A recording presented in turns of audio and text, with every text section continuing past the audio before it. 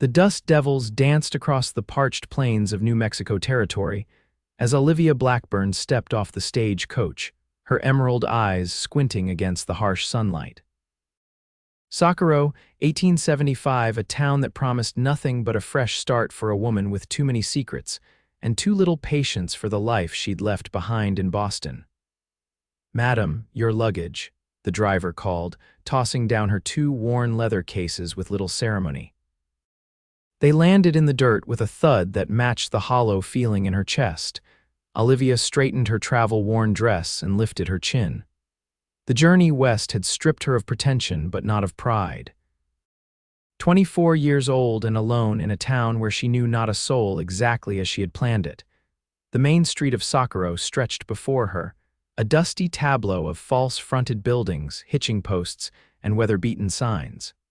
Men in worn hats and dustier boots eyed her with curious glances. Women in practical frontier dresses assessed her with even sharper scrutiny. "You'll be needing a place to stay," said the driver, not unkindly. "Widow Jenkins runs a respectable boarding house down the way. Tell her Curtis sent you." Olivia nodded her thanks and gathered her belongings. As she made her way down the street, the weight of her cases seemed to increase with each step. The boarding house appeared at the end of the road, a two-story structure with a small porch and curtained windows that promised some semblance of civilization. A bell jingled as she entered, and a plump woman with steel-gray hair pulled into a tight bun emerged from a back room. "Well now, what have we here?" the woman asked, wiping her hands on her apron. "Curtis, the stagecoach driver, suggested I inquire about a room," Olivia said, setting down her cases. "I've just arrived from Boston." "Boston, is it?" The woman's eyebrows rose. "I'm Mrs. Jenkins, and you are Olivia Blackburn." Mrs. Jenkins looked her up and down. "And what brings a Boston lady to Socorro, New Mexico territory? We don't get many of your sort out this way." Olivia met her gaze steadily. "A teaching position. I'm to start at the schoolhouse next week." This wasn't entirely true.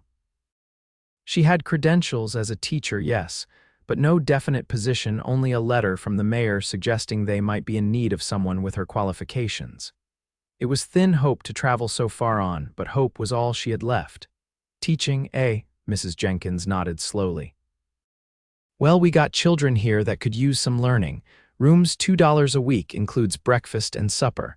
No gentlemen callers, no liquor, and no coming in after 9 without prior arrangement." "That seems reasonable," Olivia said, reaching for her coin purse. The older woman's face softened slightly. "First payment can wait till tomorrow. You look like you could use a wash and a rest. Second door upstairs on the left." The room was small but clean, a narrow bed with a quilt, a washstand with a pitcher and basin, a small dresser, and a window overlooking the back garden. Olivia sat heavily on the bed, removed her hat, and allowed herself a moment of doubt. What was she doing here, so far from everything familiar? But familiarity had become a prison, and Boston's proper society had nearly suffocated her. After her father's financial ruin and subsequent death, the whispers and pitying glances had become unbearable. No, this dusty frontier town was her chance at redemption, at building something that was hers alone. After washing away the travel dust and changing into her second-best dress, Olivia decided to explore her new home. The afternoon sun hung lower in the sky now, casting long shadows across the street as she made her way toward the center of town. Socorro was larger than it had first appeared, with a church, a school building, several stores, and no fewer than 3 saloons. She paused outside the largest store, its window displaying an array of dry goods. When the sound of approaching hoofbeats made her turn, 3 riders came down the main street, trail-worn and hard-faced. The one in the lead sat tall in his saddle, his broad shoulders squared despite what must have been a long journey. His face, partially obscured by several days' growth of beard, was tanned and weathered. He wore no badge, but there was something about him that spoke of authority. The men dismounted outside the sheriff's office, and Olivia found herself watching the tall one with curiosity. He moved with the easy grace of someone comfortable in his own skin, confident in his abilities. As if sensing her scrutiny, he turned, and their eyes met across the dusty street. Olivia froze. His eyes were the blue of a winter sky, clear and piercing. For a moment neither moved, then he tipped his hat slightly, a gesture so subtle she almost missed it before disappearing into the sheriff's office. "I wouldn't set my cap for that one if I were you, miss." Olivia startled, turning to find an elderly man sitting on a bench outside the store. "I beg your pardon, Nathan Forrester," the old man said, nodding toward the sheriff's office. "Man's got more ghosts riding his shoulders than most, and he ain't one for settling. Comes through every few months with outlaws in tow, collects his bounty, then rides back out. Cold as December steel, that one." "I wasn't," Olivia began, then stopped. "Thank you for the information, but I assure you I have no intention of setting my cap for anyone." The old man chuckled. "Course not, just making conversation. Welcome to Socorro, miss, you the new school teacher." "News travels fast," she murmured. "Small town," he replied with a shrug. "Mayor mentioned someone might be coming. I'm Walter Mills, by the way, town council." Olivia introduced herself properly, and Mills confirmed that yes, the teaching position was still open if she wanted it. School was to start in 2 weeks, giving her time to prepare. The news lifted a weight from her shoulders, at least she wouldn't be penniless immediately. As dusk fell, Olivia returned to the boarding house for supper. The dining room contained a long table where several other boarders were already seated: 2 middle-aged men who worked at the bank, a young woman who clerked at the dry goods store, and an older woman who taught piano lessons.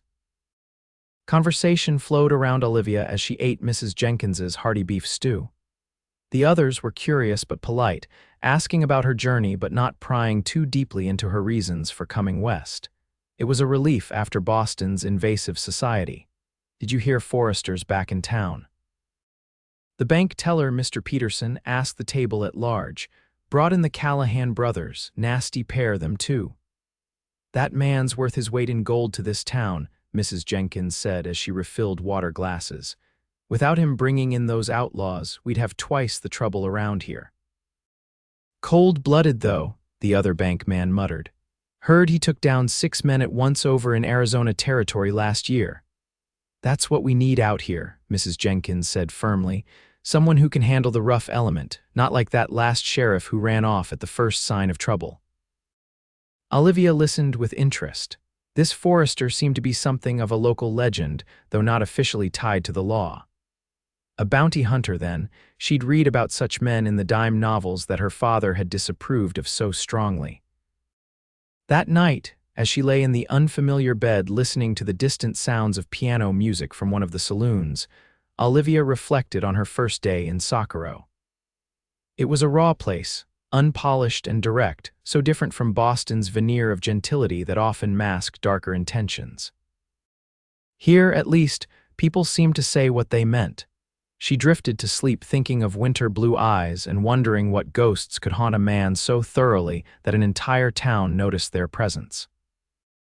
The next morning, Olivia rose early and, after a breakfast of cornbread and coffee, made her way to the schoolhouse. The building was simple but sturdy, one large room with rows of benches and desks, a blackboard at the front, and a small stove for heating. A door at the back led to a tiny office space that contained a desk, a bookshelf with a meager selection of texts, and a window overlooking a small yard. She was examining the available books when a throat cleared behind her. Turning, she found a portly man in a suit watching her from the doorway. "Miss Blackburn, I presume?" "Mayor Collins." He extended his hand. "I see you found your way to your domain." "Yes, Mr. Mills informed me yesterday that the position was indeed available." "Indeed it is." The mayor mopped his brow with a handkerchief.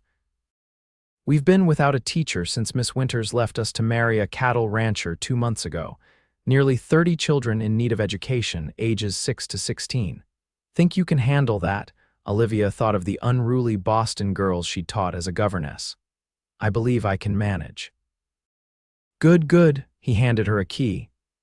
"School starts Monday next. Salary is $40 a month, paid at the end of each month.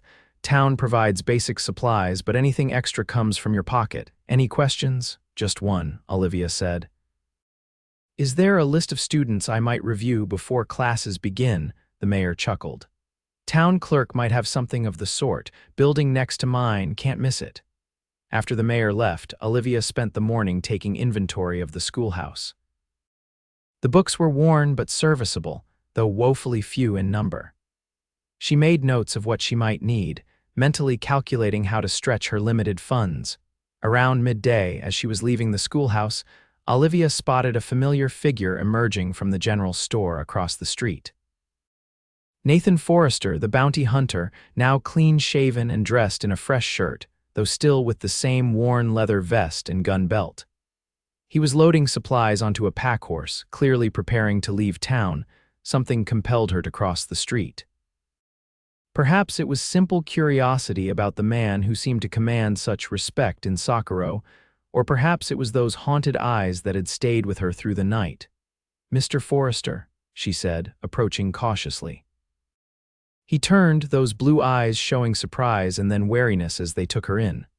"Madam, I'm Olivia Blackburn, the new schoolteacher," she said, extending her hand. "I understand you're something of a local hero." His mouth quirked slightly, not quite a smile. "Folks exaggerate." He took her hand briefly, his palm rough with calluses. "And I'm no hero, just a man doing a job. Bringing criminals to justice seems rather heroic to me," she replied. "Justice and bounty hunting ain't always the same thing, Miss Blackburn." He tightened a strap on his pack horse. "I track men for money, plain and simple." "Is it?" she challenged. "From what I hear, you could have chosen easier prey than the Callahan brothers." Now he did look at her directly, his expression unreadable. "You ask a lot of questions for someone who just got to town." "Knowledge is my profession," Olivia said with a slight smile. "And in my experience, the stories people tell about others often reveal more about themselves than their subjects. And what do the stories about me tell you about Socorro? That it's a place that respects strength but fears it too. That law here is still a fragile thing." Nathan studied her for a long moment. "Boston, right? Your accent gives you away." Olivia nodded, surprised. What brings a Boston lady to teach in a place like this? It was her turn to be evasive. "Perhaps the same thing that keeps a man hunting outlaws instead of settling down. New beginnings." Something flickered in his eyes, recognition, perhaps. "Well, Miss Blackburn, I hope you find what you're looking for." He mounted his horse in one fluid motion. "But Socorro ain't Boston. Out here, people can be just as dangerous as the land." "I'm well aware that danger wears many faces, Mr. Forrester, regardless of geography." He nodded, a hint of respect in his expression. "Good day to you, then. Will you be returning to Socorro?" The question slipped out before she could stop it. "I go where the bounties take me," he said, adjusting his hat against the sun, "but I tend to pass through every few months." With that, he rode away, leaving Olivia with the distinct impression that she'd just met someone who, like herself, carried more beneath the surface than was visible at first glance. The next 2 weeks passed in a blur of preparation. Olivia settled into life at Mrs. Jenkins's boarding house, became acquainted with the townspeople, and readied the schoolhouse for her students. She sent away for additional books with some of her precious savings, organized a cleaning day with several mothers, and created lesson plans based on what she could glean about the children's previous education. On the first day of school, 32 children of varying ages arrived, some eager, some reluctant, all curious about their new teacher from the East. Olivia quickly established her authority firm but fair, demanding respect while giving it in return. By the end of the first week, even the most recalcitrant students were responding to her methods. Life developed a comfortable routine. Weekdays were filled with teaching, evenings with grading and preparation, and Sundays with church and quiet reading. Olivia wrote occasional letters to her one remaining friend in Boston, carefully edited accounts that spoke of new experiences but revealed little of her inner thoughts. She made acquaintances in Socorro, the young clerk, Emma, from the boarding house, Martha Wilson, the wife of the general store owner, even old Walter Mills, who often stopped by the schoolhouse to check on her progress. But she kept a certain distance, conscious always that her position required a degree of separation. Sometimes, in the quiet evenings, she found herself wondering about Nathan Forrester, the bounty hunter with winter eyes. Where was he now? What outlaws was he tracking? Would he return to Socorro as he'd suggested? These thoughts were foolish fancies, she knew. Men like Forrester were not the type to form attachments, especially to schoolteachers with secrets. 3 months into her tenure, as November brought cooler temperatures to the territory, trouble arrived in Socorro. A gang of cattle rustlers had been operating in the area, growing bolder with each successful theft. When they raided the Henderson Ranch just 5 miles from town, killing a ranch hand in the process, the community was thrown into a state of fear and anger. "They're getting closer," Mrs. Jenkins said grimly as she served breakfast one morning. "Sheriff Tanner's organized a posse, but those men are nothing but shopkeepers and farmers. What we need is Forrester," Mr. Peterson finished for her, "but no one knows where he is or how to reach him." "I heard he was tracking the Landers gang up near Santa Fe," Emma offered. "That was weeks ago, though." Olivia listened with concern. The rustlers' activities had affected her students. Several were from ranching families, and they came to school tired and anxious, their fathers and older brothers taking turns standing watch at night. A week later, the situation worsened when the rustlers robbed the bank in broad daylight.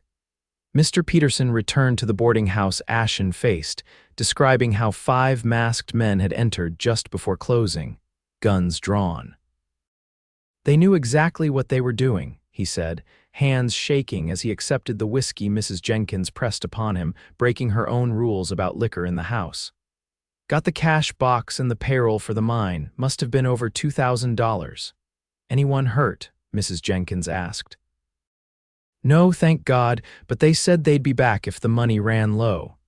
He looked around the table with haunted eyes. "They said Socorro was their town now." The town council called an emergency meeting that evening in the church. Olivia attended, standing quietly at the back as men argued over what to do. Sheriff Tanner, a competent lawman for everyday matters but clearly out of his depth with organized criminals, proposed sending for help from the territorial governor. "That'll take weeks," shouted a rancher who'd lost 20 head of cattle. "By then, they could clean out every ranch and business in the county. We need to form a proper militia," suggested another man. "Set up checkpoints on all the roads." "With what men?" the mayor demanded. "Half our able-bodied men work the mine, and we can't shut that down. The other half are needed to protect their own properties." The debate continued, growing more heated, until the church door swung open. A hush fell over the crowd as Nathan Forrester stepped into the room, trail dust still clinging to his clothes, his expression grim. "Heard you folks have a problem," he said simply. A collective sigh of relief swept through the assembly. Mayor Collins hurried forward. "Forrester, thank God." "How did you know?" Word travels. "Ran into a trader who'd passed through here last week, mentioned the rustlers." His eyes scanned the crowd, pausing briefly when they found Olivia. "Figured I'd see if there was a bounty worth collecting." The mayor quickly explained the situation: the rustling, the murder, the bank robbery. Forrester listened silently, his face giving nothing away. "Any idea who they are?" he asked when the mayor finished. "They call themselves the Dawson Gang," Sheriff Tanner said, stepping forward. "Led by a man named Jack Dawson. Used to ride with the Clanton outfit in Arizona before striking out on his own." Forrester's expression darkened. "I know Dawson, nasty piece of work. Last I heard, he had a price of $500 on his head in Arizona territory." "The territorial governor has authorized a $1,000 reward for the gang, dead or alive," the mayor said eagerly. "Plus whatever the ranchers can add for recovery of stolen cattle." "I'm not interested in the cattle," Forrester said flatly, "but Dawson and I have unfinished business." Something in his tone made Olivia shiver. There was history there, personal and painful. "Will you help us then?" the mayor asked. Forrester nodded once. "I'll need information where they've hit, when any patterns, and I'll need someone who knows the local terrain." "I can help with that," offered a young rancher named Williams. "My spread hasn't been hit yet, but it's just a matter of time." "Good, we start at first light." Forrester turned to leave, then paused, his gaze finding Olivia again. School should close until this is resolved. Those men don't care who gets in their way. Before she could respond, he was gone, the door swinging shut behind him. The meeting dissolved into excited chatter, hope replacing fear now that Forrester had arrived. Olivia made her way back to the boarding house, troubled by what she'd seen in Nathan's eyes when he spoke of Dawson. This wasn't just about a bounty for him, it was personal, and personal vendettas were dangerous things. The next morning, Mayor Collins came to the schoolhouse where Olivia was preparing lessons. "Miss Blackburn, I think we should follow Forrester's advice and close the school temporarily," he said. "Just until this situation is resolved." Olivia frowned. "My students have already lost educational time due to these rustlers disrupting their home lives. I don't want them to fall further behind." "It's a safety issue," the mayor insisted. "These men have already killed once. We can't risk them coming into town while children are gathered here." Reluctantly, Olivia agreed. She spent the day visiting her students' families to deliver the news and provide materials for home study. The last house on her list was the small ranch owned by the Williams family, whose son had volunteered to guide Forrester. As she approached on the borrowed mare from the livery stable, she was surprised to see Nathan himself standing on the porch, deep in conversation with young Williams. Both men turned at the sound of hoofbeats. "Miss Blackburn," Williams called, clearly surprised. "What brings you out this way?" "School materials for Tommy," she explained, dismounting. Since classes are suspended, Nathan's expression was unreadable as he watched her approach. "It's not safe for you to be riding alone with Dawson's men in the area." "I'm nearly finished with my rounds," she said, extracting Tommy's books from her saddlebag. "And I'm well aware of the risks, Mr. Forrester." Williams accepted the books with thanks and excused himself to take them inside, leaving Olivia and Nathan alone on the porch. "You're a stubborn woman," Nathan said, though there was a hint of admiration in his tone. "So I've been told, but I take my responsibilities seriously." "As do I." He stepped closer, his voice lowering. "Which is why I'm telling you to stay in town until this is over. Dawson doesn't leave witnesses, and he has a particular fondness for hurting women." The intensity in his eyes startled her. "You speak as if you know him well." Nathan was silent for a long moment. "My wife," he finally said, his voice barely audible, 3 years ago near Tucson. "I was tracking a fugitive, left her alone at our homestead. Dawson and his men came through." Olivia felt the blood drain from her face. "Nathan, I'm so sorry. When I found her." He stopped, his jaw tightening. "I've been hunting him ever since, came close twice, but he slipped away." "Won't happen again." "Is that why you became a bounty hunter?" He nodded once. "Was a rancher before, had dreams of building something lasting." His eyes met hers, filled with a pain so raw it took her breath away. "Now I just want justice." "Vengeance, you mean," Olivia said softly. "Is there a difference?" "I believe there is. Justice serves the greater good. Vengeance serves only one's own pain." Nathan's mouth quirked in a humorless smile. "That's a schoolteacher's answer. Out here, they're often the same thing." Before she could respond, Williams returned. Nathan straightened, his mask of professional detachment sliding back into place. "I should get back to town before dark," Olivia said, moving toward her horse. "I'll ride with you," Nathan said in a tone that brooked no argument. He turned to Williams. "We'll continue tomorrow. Have your men ready at dawn." The ride back to Socorro was largely silent. Olivia was acutely aware of Nathan beside her, his eyes constantly scanning the landscape for threats. The revelation about his wife explained so much, the haunted look in his eyes, his reputation for coldness, his solitary existence. "Why teaching?" he asked suddenly as the town came into view. "You're educated, well-spoken, could have married well in Boston, I imagine." Olivia considered how much to reveal. "My father was ruined financially before he died. The kind of men who might have courted me before were suddenly uninterested in a penniless spinster." "That doesn't explain why you came all the way to New Mexico territory," she sighed. "After my father's death, I took a position as a governess with a prominent family. The husband made unwelcome advances. When I rejected him, he ensured I wouldn't find similar work elsewhere in Boston." Nathan's expression darkened. Did he hurt you? Not physically. But reputation is everything in Boston society. Mine was thoroughly tarnished. She met his gaze steadily. So you see, Mr. Forrester, I understand something about seeking new beginnings after the old ones are destroyed. They reached the boarding house, and Nathan dismounted to help her down. His hands lingered at her waist for a moment longer than necessary. Stay safe, Olivia, he said quietly. Please. The sincerity in his voice touched something deep within her. You as well, Nathan? The next 3 days passed in tense anticipation. Nathan and Williams, along with several other local men, were scouting the surrounding area for signs of the Dawson gang. The town remained on high alert, businesses closing early, people hurrying to complete their necessary tasks before retreating behind locked doors. On the 4th day, gunshots shattered the morning quiet.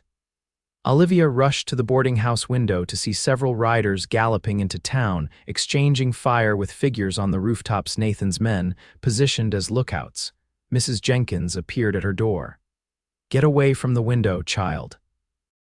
Those are Dawson's men. Olivia backed away but continued watching as the battle unfolded. The outlaws, she counted 6, took cover behind water troughs and building corners. Nathan's scouts were clearly trying to contain them in the main street, preventing them from spreading throughout the town.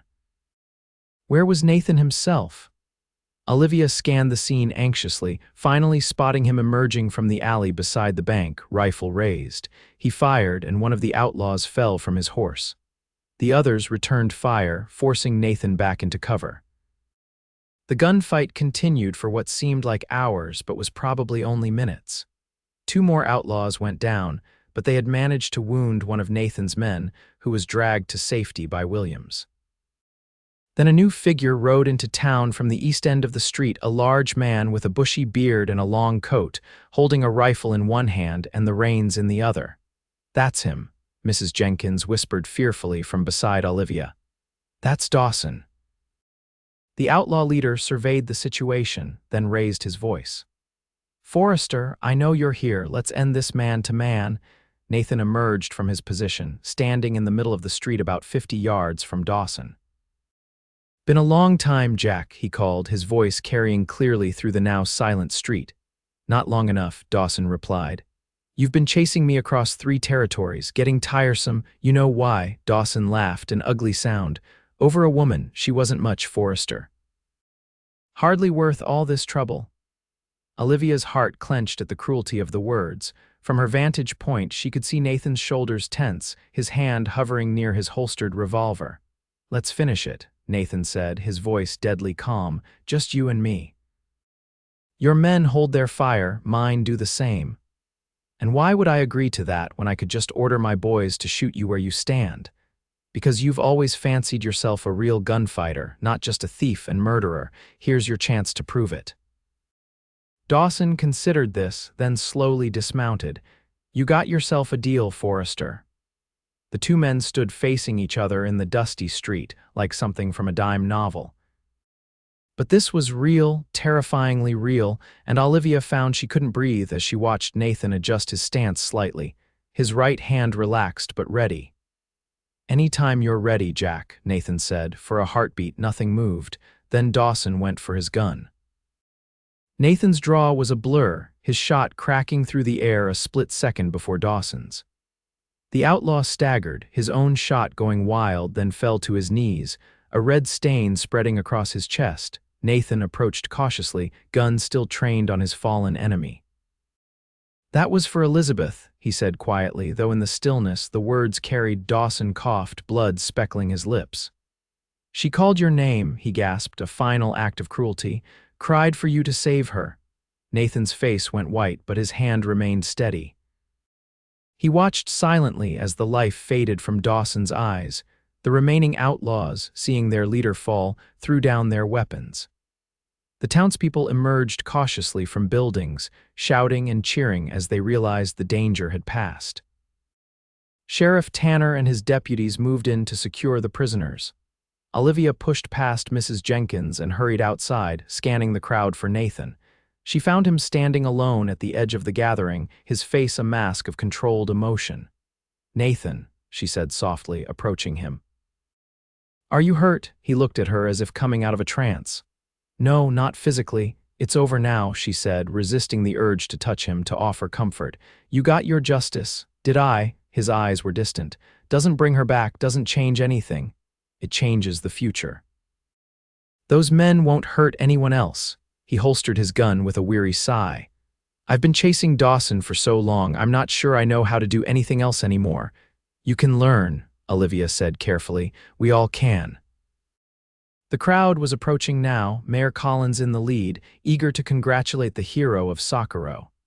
Nathan straightened, his public face sliding back into place. We'll talk later, he murmured to Olivia before turning to accept the mayor's enthusiastic handshake. The celebration lasted well into the evening. The saloons offered free drinks. A hastily organized dance was held in the town hall, and Nathan was the center of attention, though Olivia noticed he accepted the praise with reluctance, slipping away whenever possible. She found him eventually on the porch behind the sheriff's office, staring out at the darkened landscape. Not one for celebrations, she asked, joining him at the railing. Never saw much point in celebrating death, even when it's deserved. They stood in companionable silence for a while, the distant sounds of the party a counterpoint to the quiet night around them. What will you do now? Olivia finally asked. Nathan considered the question. Don't know. Been living bounty to bounty for so long, haven't thought much beyond the next wanted poster. You could stay, she suggested, her heart beating faster. Socorro needs good men.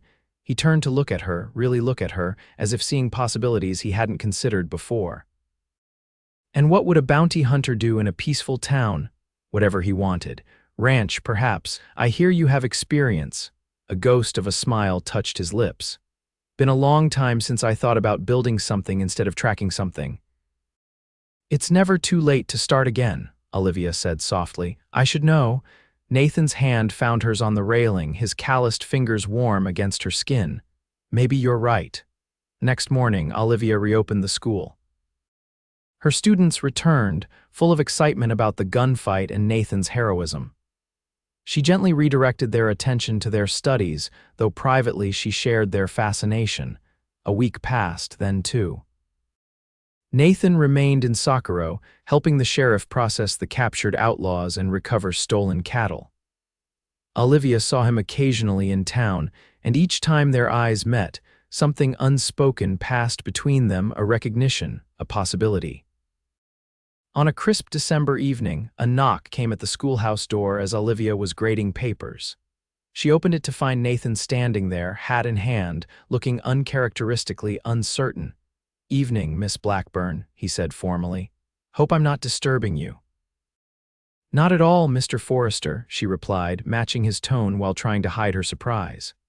Please come in. He stepped inside, glancing around at the neat rows of desks, the lesson plans on the blackboard, the books arranged on shelves. Nice place you've made here. Kids in town speak highly of you. Thank you, I enjoy teaching them. Nathan nodded, turning his hat in his hands. I came to tell you I've made a decision about staying. Olivia's heart skipped. Oh, bought the old Harper place yesterday, 10 miles east of town, 160 acres. Previous owner let it go to seed, but the bones are good. House needs work, but it's solid. That sounds wonderful, Olivia said, trying to mask her disappointment. 10 miles was a significant distance in these parts. Thing is, Nathan continued, his eyes meeting hers directly now, it's a lot of work for one man, and I was thinking. He paused, seeming to gather his courage. I was thinking it might be the kind of place where a man could start fresh, build something lasting, but he'd need the right partner. Olivia's breath caught. Nathan. I know it's sudden, he said quickly.